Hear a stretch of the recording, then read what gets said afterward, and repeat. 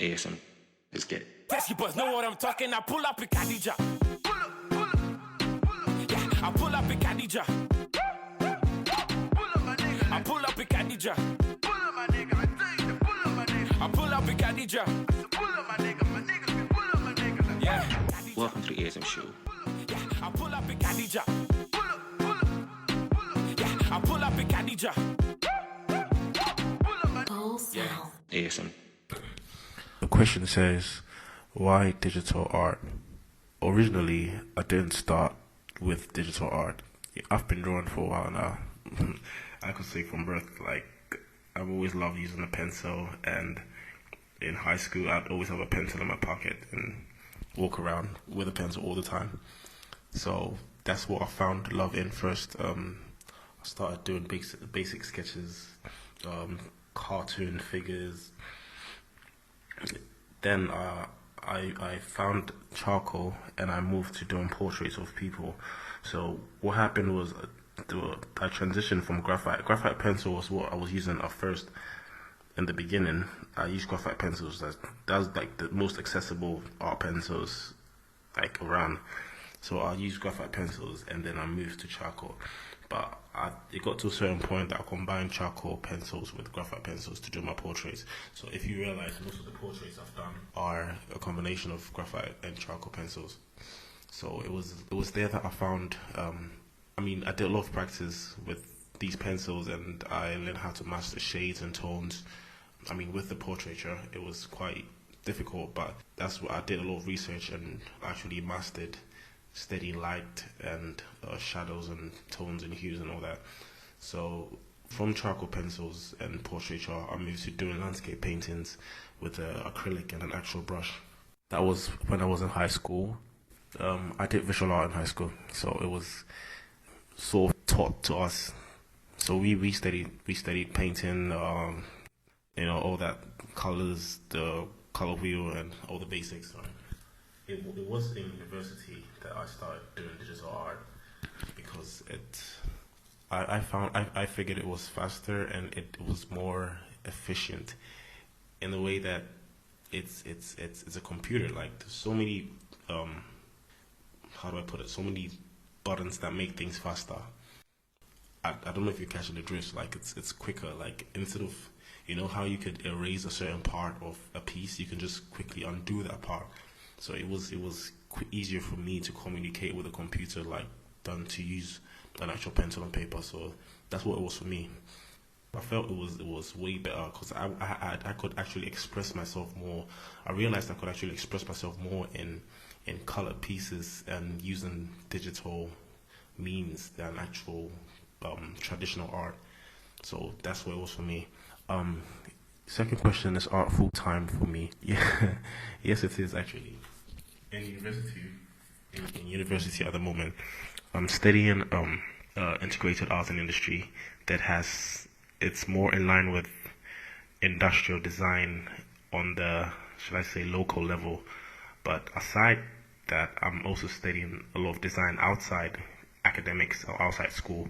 I'm doing my own personal research into so many other aspects of design, graphic design. I design logos, flyers, anything that has to do like graphic design basically, and also product design. So I could say art is full time because from here I don't have anything else I'm gonna do. It's my decision to not do anything else actually, because it's something that I have invested in as a person. Waking up at 3 a.m. every morning just to read something on design or read something on art, going to class every morning, paying school fees just for this, should I say, course or this degree. So it's not something I decide or plan or on throwing away basically. So yes, you could say it's full time. School, uni, and the lifestyle choices that led to you making art. Well, as I said earlier, I've been drawing for a while now. My parents are creatives. My mom does jewelry, and my dad was he was a painter, and then he moved into interior decoration. So I'm sure that's what actually influenced my decision in art. It was sort of in the family, basically. So what happened was, it got to a certain point where I felt my art was changing because of the way I related to people, or the way I had to become. I faced a lot of challenges in growing up as a Ghanaian child, and it was quite tough. But it got to a certain point. I realized I started reflecting in my pieces, and I wouldn't say they became darker, but you could say there was less life in them. I don't know if you're catching the drift.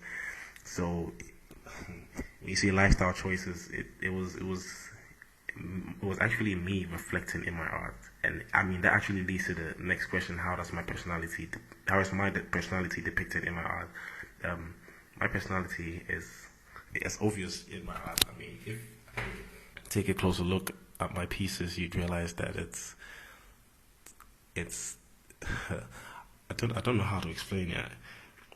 You know how my current pieces are like conceptual, like they're not like basic still life or portraiture. It's like it's always got a story. It's something different, something like abstract in a way. Yeah. So you could say that my personality. Is actually depicted in it because I don't find myself as a basic person. I think I'm more complicated, and I have I could say should I say like currently in a dark place. So it's reflecting directly in my pieces. And how, just next question is how my process like, what triggers the juice? Well, anything triggers the juice. You know, when you've been in, should I say, that dark place for a long time, you realize that every single thing triggers the juice. So your ideas constantly flowing because you have so many things that have happened that have triggered you. And you know, it got to a point I had a sketchbook on me that I would keep sketching in how I felt about things. Now the thing is, the thing is that when I have a certain feeling that I want to put on paper, you know how we have poets who, you know how they write, they're writers, like they got people who write how they feel and what they go through like on a daily. They got diaries and journals and things. What I do is I actually sketch how I feel. I do the sketches on a piece of paper or in my sketchbook. Then I go online and find references and try to build up the picture, or that can create the bigger picture with, make sure it's intricately detailed, because that's where my power is actually. So I'd put in all the details, and then I would create a whole mood board, find so many images across the internet that relate to what I'm doing, and then I would form a piece from it. So what it starts with basically is emotion. It basically starts with emotion. So next question: do I have collaborations with other artists or companies? Yes, I do. As I said, I'm not only a painter, I'm a designer. I design stuff. I've done some fashion projects with some fashion companies. Sarah Ban, I don't know if you know Sarah Ban, Ghana.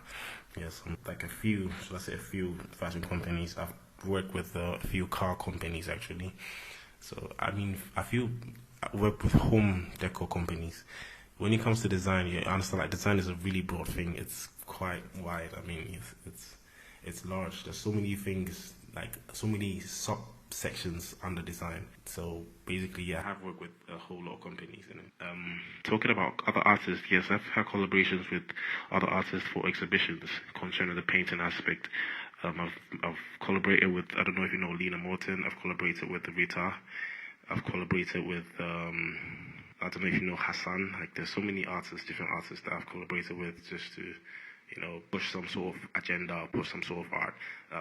This guy, Dela Akolache, I don't know if you know him. He's a good painter. He's a marvelous guy. I've also collaborated with him, and I feel it's a good thing collaborating with other people, because you learn new things every day. You're gaining knowledge as you're like working together. So it's like a beautiful thing, and I just like really love it. The last question: how am I maneuvering the struggles of being an artist in this country? That is the craziest question, because I don't think it's easy. As I said, I'm in my final year at KNUST, and I'm actually balancing work and academics, and it's crazy because I mean I have to survive basically.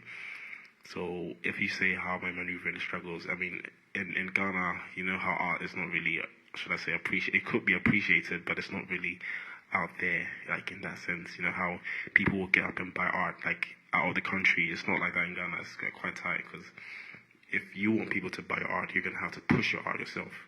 Do you understand? So it's a bit complicated, but we're still moving. We're still moving in it. It's just like it's we don't have a choice. So I would say I'm not doing pretty good. I'm in the middle, sort of. I could be like in the balance in it. Just trying my possible best to do what I can do best, just to deliver something to the people. So yeah, that's basically everything. ASM.